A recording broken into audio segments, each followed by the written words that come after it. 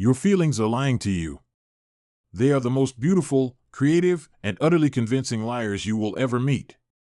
They are drunken poets, paranoid kings, and terrified children, all screaming for control of the throne room of your mind. And you, for your entire life, have been letting them rule.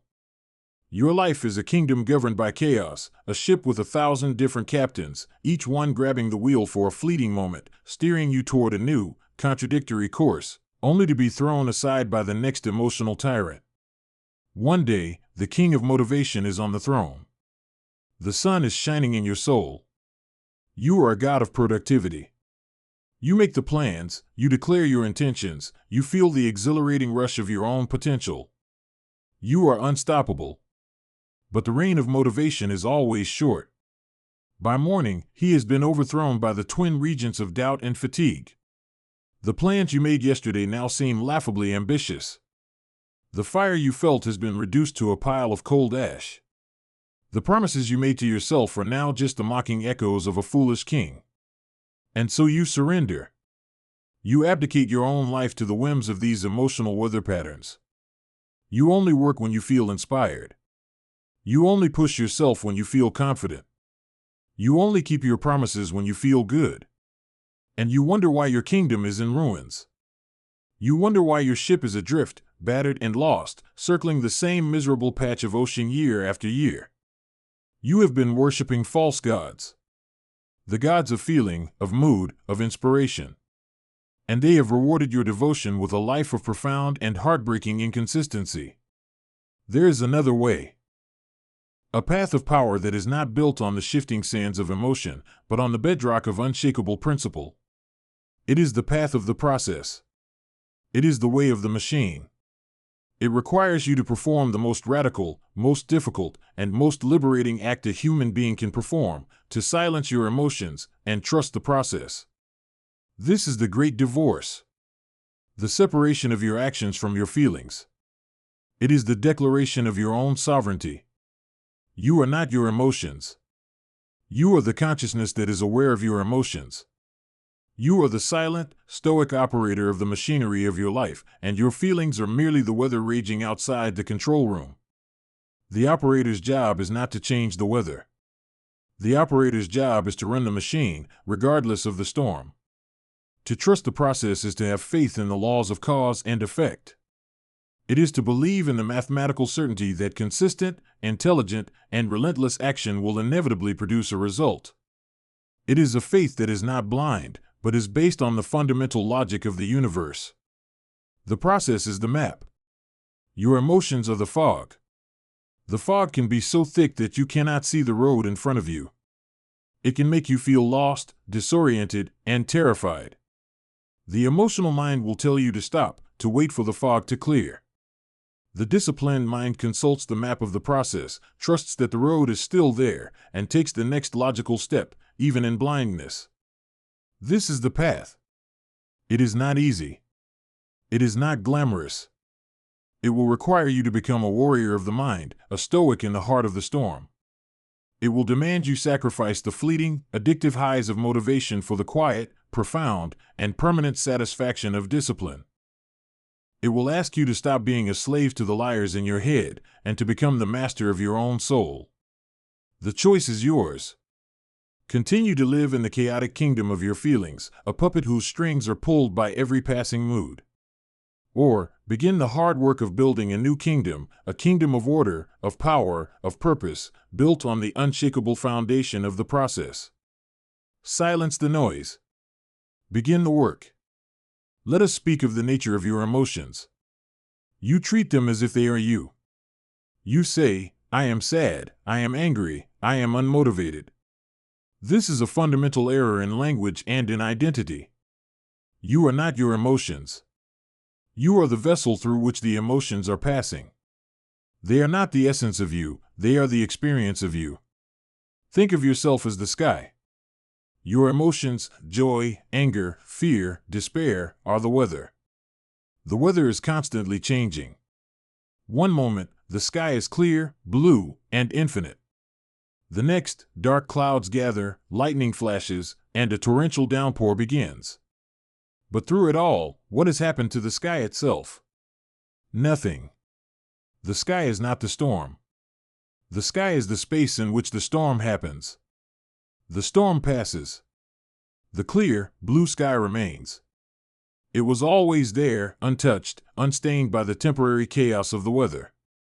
You are the sky. Your emotions are the weather. To identify with your emotions is to believe you are the storm. It is to believe that when the clouds gather, the blue sky is gone forever. It is to be tossed about, to be terrified, to be at the mercy of every shift in the atmospheric pressure of your own mind. This is a powerless way to live. The practice of silencing your emotions is the practice of remembering that you are the sky. It is the art of creating a space between you, the observer, and the emotional weather you are observing. You see the anger rising like a thunderhead on the horizon. You feel its electrical charge, you hear its distant thunder. But you do not become it. You say, anger is here. A storm is passing through my sky. You observe it with a detached curiosity. You feel its energy without being consumed by it. And you know, with the deep, patient wisdom of the sky itself, that this too shall pass. This is the foundation of mental freedom. This is what it means to silence the noise. It is not about becoming a numb, unfeeling robot. On the contrary, it is about becoming so profoundly stable and peaceful at your core that you are finally free to experience the full spectrum of your emotions without being destroyed by them. You can allow yourself to feel the full, magnificent, terrifying power of the storm because you know it cannot harm the sky. The average person is a storm chaser. They are addicted to the drama of their own weather patterns. Their lives are a series of emotional highs and lows. They chase the sunshine of happiness and flee from the rain of sadness. They build their entire existence around trying to control the uncontrollable. It is an exhausting and futile endeavor. The master of the process is a different kind of being. They are the lighthouse keeper. The lighthouse keeper does not try to calm the ocean. They do not command the winds to cease. They accept the storm as a part of reality. Their job is to keep the light on. Their job is to ensure their own structure is so deeply rooted in the rock that it can withstand the pounding of the waves. Their job is to trust that the light of their consciousness, their awareness, is powerful enough to cut through the darkest of nights. The process is your lighthouse. It is the structure you build on the bedrock of your principles. Your daily habits, your disciplined actions, these are the stones of your tower. Your purpose is the light, the unwavering beam that you keep focused on your destination. The emotional storms will come. They will rage. They will crash against your walls. But if your foundation is deep, if your walls are strong, and if you keep your light on, you will not be moved. You will become a point of stability in your own chaotic ocean. Silence your emotions by remembering you are the sky, not the weather. And build your lighthouse so strong that it becomes a beacon not only for yourself, but for every other lost ship in the storm. What is this process that you are commanded to trust? Let us define it, for it is the most powerful weapon in your arsenal against the chaos of your feelings. The process is the logical, systematic, and repeatable series of actions that, when executed consistently over time, will inevitably lead to a desired outcome. It is the blueprint for the machine of your success. It is your personal algorithm for achievement. The process is the opposite of a goal. A goal is a destination. It is a point in the future. Focusing on the goal can be dangerous. It can create anxiety, because the gap between where you are and where you want to be can seem vast and insurmountable. It can create impatience, because the destination always seems too far away. The process, on the other hand, is about the present. It is about the next step. It is about the single, manageable, unemotional action you must take right now. The goal is the summit of the mountain. The process is the act of placing one foot in front of the other, over and over again. The amateur stares at the summit and is paralyzed by the distance. The professional focuses on the process of taking the next perfect step, and by doing so, eventually finds themselves at the summit. The process is unemotional. It is a mathematical equation. It does not care if you are motivated. It does not care if you are tired. It does not care if you are scared. The equation is simple: input A plus input B, executed consistently over time C, equals result D. Your job is not to feel a certain way about the equation. Your job is to provide the inputs. The universe will handle the result. A farmer trusts the process. He does not plant a seed and then dig it up every day to see if it is growing. He does not scream at the soil to hurry up. He prepares the soil, he plants the seed, he waters it, he removes the weeds. He provides the inputs. He trusts the process of agriculture. He knows that if he does his part, nature will do its part, and in the fullness of time, there will be a harvest. Your dream is the seed. Your daily, disciplined actions are the water and the sunlight. Your focus and elimination of distraction are the act of removing the weeds. You must become a farmer of your own future. You must do the work and then have the faith to let the process unfold. The process is your shield against the tyranny of your feelings. When you feel lazy, the process tells you what to do. When you feel discouraged, the process tells you what to do. When you feel overwhelmed, the process breaks down the mountain into a single step and tells you what to do. The process is the voice of logic and order in the midst of your emotional chaos. It is the wise, calm, and stoic general who gives you your marching orders when the battlefield is filled with the smoke and noise of your fear. You must design your process with the precision of an engineer. What is your goal? To write a book. The goal is useless. What is the process? Write 500 words every single day, 7 days a week. That is a process. It is measurable. It is repeatable. It is unemotional. What is your goal? To get in the best shape of your life. The goal is a fantasy. What is the process? Lift weights 3 times a week, following a specific program. Perform 30 minutes of cardiovascular exercise 4 times a week. Consume a specific number of calories and grams of protein each day. That is a process. It is a machine designed to produce a specific outcome. Your only job is to run the machine. Show up. Pull the levers. Trust that the gears are turning, even when you cannot see them. Trust that the product is being assembled on the line, even when the final form is not yet visible. Silence the part of you that wants instant gratification. Silence the emotional child who wants to harvest the day after the seed is planted. And awaken the patient, disciplined, and powerful adult who understands that all great things are built slowly, deliberately, and unemotionally, through the relentless and unwavering execution of a brilliant process. The command is to silence your emotions, but this word can be misunderstood. It does not mean to suppress. It does not mean to ignore. It does not mean to pretend you are not feeling what you are feeling. Suppression is a pressure cooker. The emotion you push down does not disappear. It builds pressure in the darkness of your subconscious, only to explode later in a far more destructive form. To silence your emotions is not an act of repression, it is an act of transcendence. It is the art of skillful detachment. Imagine you are sitting on the bank of a river. The water is your stream of consciousness, and the leaves, twigs, and occasional garbage floating by are your thoughts and feelings. Anger floats by. Sadness floats by. A fleeting moment of joy floats by. The untrained mind jumps into the river. It grabs onto a particular feeling, a piece of emotional debris, and is swept away by the current. It becomes the anger. It drowns in the sadness. This is the state of most people, lost in the river of their own mind.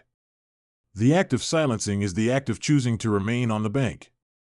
You see the anger float by. You acknowledge it. There is anger. You observe its color, its shape, its speed. But you do not jump in. You let it float on by. You are not the debris in the river, you are the silent, unmoving observer on the bank. This is the core practice of mental mastery. It is the creation of a space between stimulus and response. The stimulus is the event that triggers an emotion. The response is your action. For the average person, this space is non-existent. Stimulus and response are fused together. An insult is met with immediate anger. A setback is met with immediate despair. For the master of the process, this space is a vast, quiet field. In that space lies their freedom and their power. In that space, they can observe the emotional reaction that has been triggered, and they can consciously choose a response that is aligned with their process, not their feeling. This is a skill. It is not a gift. It is a muscle that you must train every single day. You train it through meditation, by practicing the art of sitting still and simply observing the chaos of your mind without getting entangled in it. You train it through journaling, by taking the swirling chaos of your feelings and pinning them to the page, transforming them from powerful, subjective experiences into objective data that you can analyze. You train it through a practice called labeling. When a strong emotion arises, you simply label it in your mind. This is anxiety. This is frustration. The simple act of naming the emotion creates an immediate sense of separation from it. You are not anxious, you are a person who is currently experiencing the feeling of anxiety. This subtle shift in language is a profound shift in identity. To silence your emotions is to demote them. You take them from their position as the all-powerful king of your inner world and you demote them to the position of a court messenger. The messenger runs into the throne room, out of breath, and delivers a report. My lord, the army of fear is gathering on the western border. The foolish king panics. He becomes the fear. He makes rash decisions. The wise king listens to the report. He thanks the messenger. And then he calmly turns to his book of strategy, his process, and makes a logical, unemotional decision based on his principles, not his panic. Your emotions are just messengers. They are delivering information about your internal and external environment. That information can be useful. Fear might be telling you about a real risk. Anger might be telling you that a boundary has been crossed. But the messenger is not the king. You are the king. You must listen to the report, but the final decision, the action you take, must come from you, from the calm, wise, and disciplined center of your being. Silence the noise by letting it pass. Remain on the bank. Create the space. Demote your feelings from kings to messengers. This is how you reclaim your throne. Now we come to the second command, the sacred mantra of the master builder: trust the process. This is perhaps the most difficult part of the entire equation, because it is an act that must be performed in the dark. Trust requires you to believe in a result you cannot yet see. It requires you to have faith in the causal link between your actions today and your destination in a distant and uncertain future. This is where most people fail. They can be disciplined for a day, a week, maybe even a month. But when the immediate, gratifying results don't appear, their faith wavers. Their emotional mind, the frightened child, begins to scream. It's not working. We're wasting our time. This is pointless. And they abandon the process, reverting to their old, chaotic ways, not realizing that they may have been just one more day, one more week, one more month away from the breakthrough. To trust the process, you must fundamentally redefine your relationship with time. Society has trained you to be addicted to immediacy. Instant coffee, instant messages, instant gratification. Your brain has been wired to seek a quick and easy reward. The process is the antithesis of this. The process is slow. It is deliberate. It is patient. The rewards of a disciplined process are not immediate, they are cumulative. They build up slowly, imperceptibly, like a snowball rolling downhill, until one day they become an unstoppable avalanche of success. You must learn to fall in love with the leading indicators, not the lagging ones. A lagging indicator is the result you want, the weight on the scale, the money in the bank, the finished book. A leading indicator is the action you control, the calories you consumed, the sales calls you made, the words you wrote. The amateur is obsessed with the lagging indicator. They weigh themselves every day, they check their bank account constantly, and their emotional state is a roller coaster based on these fluctuating, uncontrollable numbers. The professional is obsessed with the leading indicator. They focus only on what they can control, the execution of the process. They find their satisfaction not in the result, but in the perfect execution of the day's work. They trust that if they win the day, every day, the weeks, months, and years will take care of themselves. Trusting the process is an act of profound humility. It is the acceptance that you do not know the exact timeline. It is the surrender of your ego's need to be in control of the outcome. You control the inputs. The universe controls the outputs and the timing. Your job is to show up, do the work, and let go of your attachment to when and how the result will appear. This trust is not blind. It is built on evidence and logic. You study the process of others who have achieved what you want to achieve. You see that their success was not a matter of luck or magic, but the result of a similar, disciplined process executed over a long period.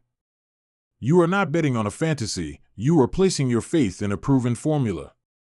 When the doubt creeps in, as it surely will, you must have an anchor. Your anchor is your why. Why did you start this process in the first place? Your reason for starting must be so powerful, so compelling, so deeply connected to your core identity that it can withstand the storms of your emotional doubt. Your why is the North Star that you navigate by when the fog of your feelings is so thick you can see nothing else. So, when your mind tells you it's not working, you do not argue with it. You do not engage in the debate. You simply, calmly, and stoically return to the work. You take the next step. You lay the next brick. You run the machine. This is the ultimate act of faith. It is the embodiment of trust. It is the quiet, powerful declaration that your commitment to the process is greater than your need for immediate certainty. Do the work. Have faith. The harvest is coming. There is a specter that haunts the modern world, a false idol that is worshipped by the masses. Its name is motivation. You have been taught to seek it, to cultivate it, to wait for it. You believe that you cannot act without it. You treat its absence as a legitimate reason to fail. I just didn't feel motivated. You say this as if it is a medical diagnosis, a condition beyond your control. This is the greatest lie you have been taught. Motivation is the most overrated, unreliable, and ultimately useless emotional state for anyone who is serious about achieving anything of consequence. Motivation is a feeling. And what have we learned about feelings? They are liars. They are the weather. They come and they go. To build your life on the foundation of motivation is to build your house on the sand of a tidal beach. Some days the foundation will feel solid. Most days, it will be washed away by the sea of your apathy, your fatigue, your doubt. The amateur craves motivation. The amateur believes they need to be in the mood to perform. They spend their days chasing the feeling, reading inspirational quotes, watching motivational videos, seeking that next hit of emotional energy that will finally get them to do the work. It is the mindset of an addict, always seeking an external stimulus to create an internal state. The professional does not have this luxury. The professional understands that the real work, the important work, is almost always done in the absence of motivation. The professional is not a motivation seeker, they are a discipline builder. Discipline is the opposite of motivation. Discipline is a promise. Motivation is an emotion. Discipline is a system. Motivation is a spark. Discipline is the engine that runs on the fuel of your commitment, regardless of the weather. Motivation is a fair-weather friend. It is there for the sunny days, the easy wins. Discipline is the stoic, battle-hardened ally who is with you in the trenches, in the mud, in the freezing rain, when the battle seems lost. Who would you rather have by your side? The process is the ultimate weapon against the need for motivation. When you have a clear, unemotional, and non-negotiable process, the question of "do I feel like it?" becomes irrelevant. The question is no longer "how do I feel?" The question is "what does the process say is next?" The alarm goes off at 5 a.m. The motivated mind starts a negotiation. I'm tired.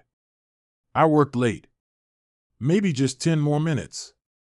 The disciplined mind, the mind of the process, has no negotiation. The alarm goes off. It is 5 a.m. The process says, feet on the floor. And so, the feet go on the floor. There is no debate. The action is automatic, a function of the system, not a product of a feeling. This is how you win. You win by taking the decision out of the hands of your emotional, weak, and compromised present self and giving it to the wise, strong, and strategic past self who designed the process. You make the hard decision once when you design the system. Then you simply execute. You are outsourcing your willpower to the habit. You are automating your success. Stop chasing the feeling of motivation. It is a ghost.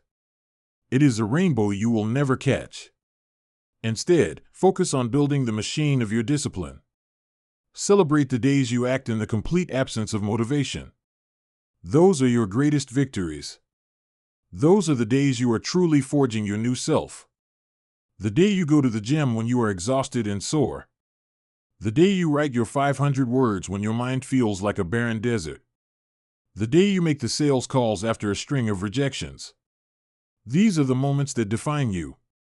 These are the moments you prove to yourself that you are no longer a slave to your feelings. You are the master of the process. And the master does not wait for the mood to strike. The master strikes, and in doing so, creates their own mood, the quiet, powerful, and deeply satisfying mood of a promise kept. The time has come to stop being a philosopher of your own life and to start being an engineer. A philosopher contemplates. An engineer builds. You have contemplated enough. You have dreamed enough. You have planned enough. Now, it is time to build the machine. It is time to design the process that will carry you from the wasteland of your intentions to the promised land of your results. The first step in building any machine is to have a clear understanding of what you want it to produce. You must define your outcome with absolute, ruthless clarity. A vague goal like "I want to be successful" is not an engineering specification, it is a daydream. What does success mean? Define it in concrete, measurable terms. I want to earn X amount of money per year. I want to have Y% body fat. I want to finish the first draft of my novel by Z date. Clarity is power. A vague target cannot be hit. A specific target can be reverse engineered. Once you have your specific outcome, you must reverse engineer the process. You must work backward from the result and identify the critical, daily, and weekly inputs that will create that result. This is the most important part of the design phase. You are breaking down an intimidatingly large goal into a series of small, manageable, and unemotional actions. Let's say your goal is to build $1 million business in 3 years. The goal is terrifying. The process is manageable. Reverse engineer it. How many sales do you need? How many leads do you need to get those sales? How many calls or emails do you need to make to get those leads? Now you have your daily input. Make 50 cold calls per day. That is the process. It is no longer a vague dream, it is a specific, mechanical task. The fear of building $1 million business is replaced by the simple, unemotional action of picking up the phone 50 times. This is how you build a machine that manufactures success. You must then create a non-negotiable schedule for running your machine. Your process must be anchored in time and space. I will write from 6 a.m. to 7 a.m. every morning at my desk. I will go to the gym on Monday, Wednesday, and Friday at 5 p.m. You are creating a contract with yourself. You are building a structure for your discipline. A process that is not scheduled is a process that will not happen. It will be pushed aside by the urgent but unimportant tasks of the day. Your process must be sacred. It must be protected. The next critical component of your machine is a system for tracking your inputs, not your outputs. I repeat, track your inputs. Do not track your weight every day. Track whether you followed your nutrition and workout plan every day. Do not track your income every day. Track whether you made your 50 sales calls every day. You control the input. You do not control the output. By focusing your attention on the part of the equation you have absolute power over, you eliminate the emotional roller coaster of results-based thinking. You find your victory in the perfect execution of the day's work, which is always within your control.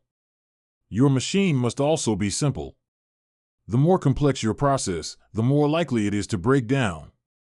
You are not trying to build a space shuttle. You are trying to build a reliable engine. Start with 1 or 2 fundamental, non-negotiable habits. The core levers that will produce the biggest results. Master them. Make them automatic. Only then should you consider adding more components. Simplicity is the key to consistency. And consistency is the key to everything. Finally, you must accept that you are the operator of this machine. The machine is a brilliant design, but it will not run itself. You must show up every day and turn it on. You must provide the fuel of your focus and your effort. This is your great responsibility. You are no longer the passenger of your life, being driven by the whims of your feelings. You are the engineer, the operator, the master of the machinery of your own creation. So, get out a piece of paper. Define the outcome. Reverse engineer the inputs. Create the schedule. Design the tracking system. Keep it simple.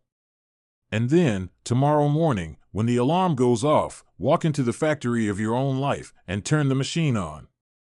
The true test of your character, the final examination for your mastery of this philosophy, will not come on a sunny day when you are feeling motivated and strong. It will come in the heart of the storm. It will come on the day when everything has gone wrong. The day you receive the rejection letter.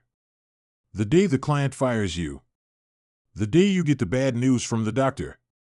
The day you are exhausted, heartbroken, and your mind is a raging tempest of fear, of despair, of self-pity.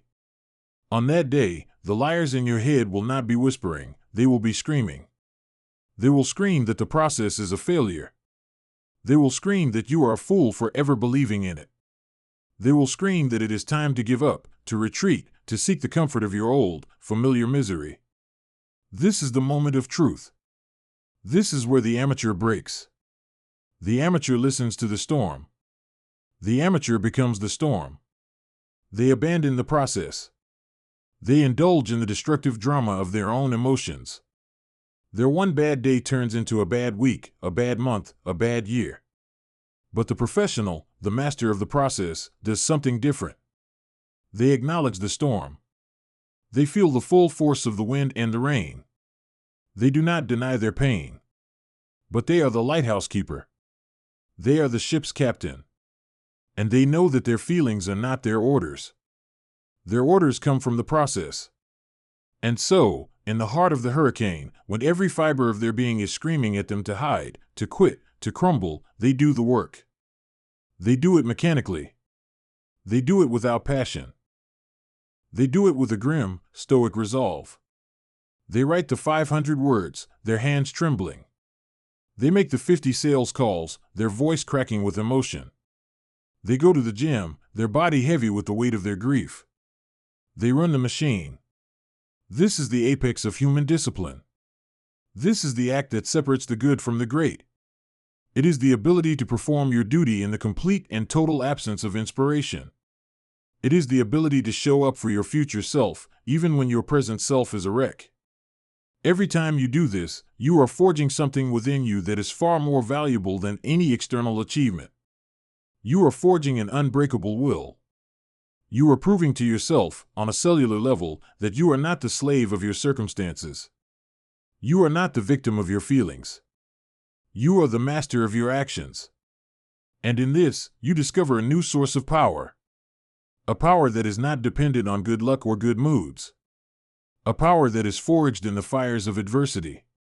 You will come to realize that the storm is not your enemy, it is your greatest teacher. The storm is what reveals the weaknesses in your ship. The storm is what forces you to become a better captain. The storm is what makes you strong. You may even learn to welcome the storm. Not because you enjoy the pain, but because you understand the growth that it brings. You see it as an opportunity, a crucible, a chance to prove to yourself, once again, that you will not be broken. You are the person who does the work, especially when it's hard. Especially when it hurts. Especially when you want to do anything else in the world. This is your new identity. It is an identity that is not given to you, but one that you have earned, in the heart of the fire. So when the next storm comes, and it will, do not despair. Do not curse the weather. Acknowledge the fear. Acknowledge the pain. And then, calmly, deliberately, and with the quiet dignity of a true professional, turn your attention to the machine. Consult the blueprint. And execute the next step in the process. The ultimate reward for this life of disciplined action is not what you get. It is not the money, the status, or the achievement of the goal. These things are byproducts. They are the fruits of the harvest, but they are not the harvest itself. The true reward is the person you become. The true prize is the forging of a new and indestructible form of confidence. There are two kinds of confidence in this world. The first is the confidence of the emotional amateur. It is a confidence that is dependent on external conditions. It is high when things are going well, when the praise is flowing, when the wins are easy. But it is a house of cards. At the first sign of a setback, at the first word of criticism, it collapses into a pile of self-doubt. It is a fragile, fleeting state, as unreliable as the feelings that produce it. The second kind of confidence is the confidence of the process professional. This is a different beast entirely. This confidence is not dependent on external validation. It is not dependent on results. It is an internal, deep, and quiet certainty that is forged in the fires of a promise kept. It is the confidence that comes from knowing, without a shadow of a doubt, that you are the kind of person who does what they say they will do. It is a confidence that is built not on a feeling, but on a mountain of evidence. Every day you execute your process, every day you silence your emotions and do the work, you are laying another brick in the foundation of this unbreakable self-belief. You are accumulating proof of your own character. Your confidence is no longer in the outcome, your confidence is in your ability to execute the process that produces the outcome. This is a profound shift. You are no longer hoping to win, you are expecting to win, because you are engaged in the daily actions that make winning an inevitability. You have taken luck out of the equation. You have taken mood out of the equation. You have reduced success to a science, and you are the master scientist in your own laboratory. This form of confidence is unshakable. When the storm of failure comes, it does not touch you. The failure is an event, a data point. It is not an indictment of your identity. Your identity is that of a person who follows the process, and the process accounts for failure. The process includes learning, adapting, and continuing the work. Your confidence is not damaged by the failure, it is enhanced by your resilient response to it. When the winds of criticism blow, they do not rattle you. Your sense of self-worth is no longer determined by the opinions of others. It is determined by your own private, daily audit of your own integrity. Did I do the work today? Did I keep my promise to myself? If the answer is yes, then the opinions of the entire world are irrelevant. You have earned your own respect, and that is the only respect that truly matters. This is the quiet power of the master of the process. They do not need to be loud. They do not need to brag. They possess a calm, centered, and powerful presence that is born of a deep and abiding trust in themselves. It is the trust that they have earned through thousands of repetitions, through thousands of days of silencing the liars in their head and simply, stoically, doing the work. This is the real prize. To become a person you can count on. To build a character that you admire. To know that, no matter what the world throws at you, no matter what your own emotional weather is doing, you have a system, a process, and the will to execute it. You have become your own hero. You have come to the end of the lesson, but you are at the beginning of the work. You have been given the philosophy. You have been shown the path. You now understand that the chaotic, emotional, and inconsistent life you have been living is a choice, not a sentence. And you understand that there is another choice available to you, the choice to become the calm, disciplined, and powerful master of the process. The final step is to integrate this philosophy so deeply into your being that you no longer distinguish between yourself and the process. You do not do the process, you are the process. Discipline is no longer an action you take, it is the essence of your identity. You have built the machine, you have operated it through the storms, and now you have merged with it.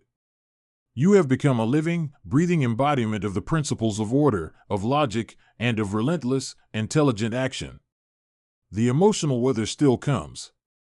The storms of doubt and fear and despair still gather on the horizon of your mind. But they no longer feel like a threat. They are simply a part of the landscape of your existence. You observe them with the detached calm of a mountain observing the passing clouds. You are the mountain. You are solid. You are unmoving. Your roots are deep in the bedrock of your principles. The wind howls, the rain lashes down, but the mountain remains. This is the state of mastery. It is a state of profound inner peace, not because the world has become peaceful, but because you have become the source of your own peace. You are no longer seeking stability in a chaotic world. You have become the island of stability in a chaotic sea. You are the lighthouse in the storm. From this place, your actions take on a new quality. They are no longer driven by the desperate, needy energy of trying to prove yourself or to get something. They are driven by the calm, powerful, and creative energy of expressing yourself. You work not because you have to, but because it is the natural expression of your disciplined and purposeful nature. You create not because you want applause, but because creation is the inevitable byproduct of your focused energy. You have transcended the need for external validation. The game is no longer about winning or losing. The game is about playing with absolute excellence for the sheer love of the craft. And from this place of pure, process-oriented action, the greatest victories of your life will be born. They will come not as a result of struggle and strain, but as the effortless unfolding of your own well-honed nature. You have become a master artist, and your life is your masterpiece. The tools are no longer separate from you, they are an extension of your hand. The blueprint is no longer a document you consult, it is etched into your very mind. You see the world not as a series of problems, but as a series of opportunities to apply your craft, to express your mastery, to bring more order, more beauty, and more power into existence. This is your final form. The calm captain. The wise engineer. The stoic warrior. The master of the machine. The mountain in the storm. This is the person you were always meant to be, the person who was waiting for you on the other side of the fire of your own discipline. Now, the work begins. But it is no longer work. It is simply who you are. Silence the final echoes of the old, emotional self. And step fully into the quiet, profound, and unstoppable power of the process.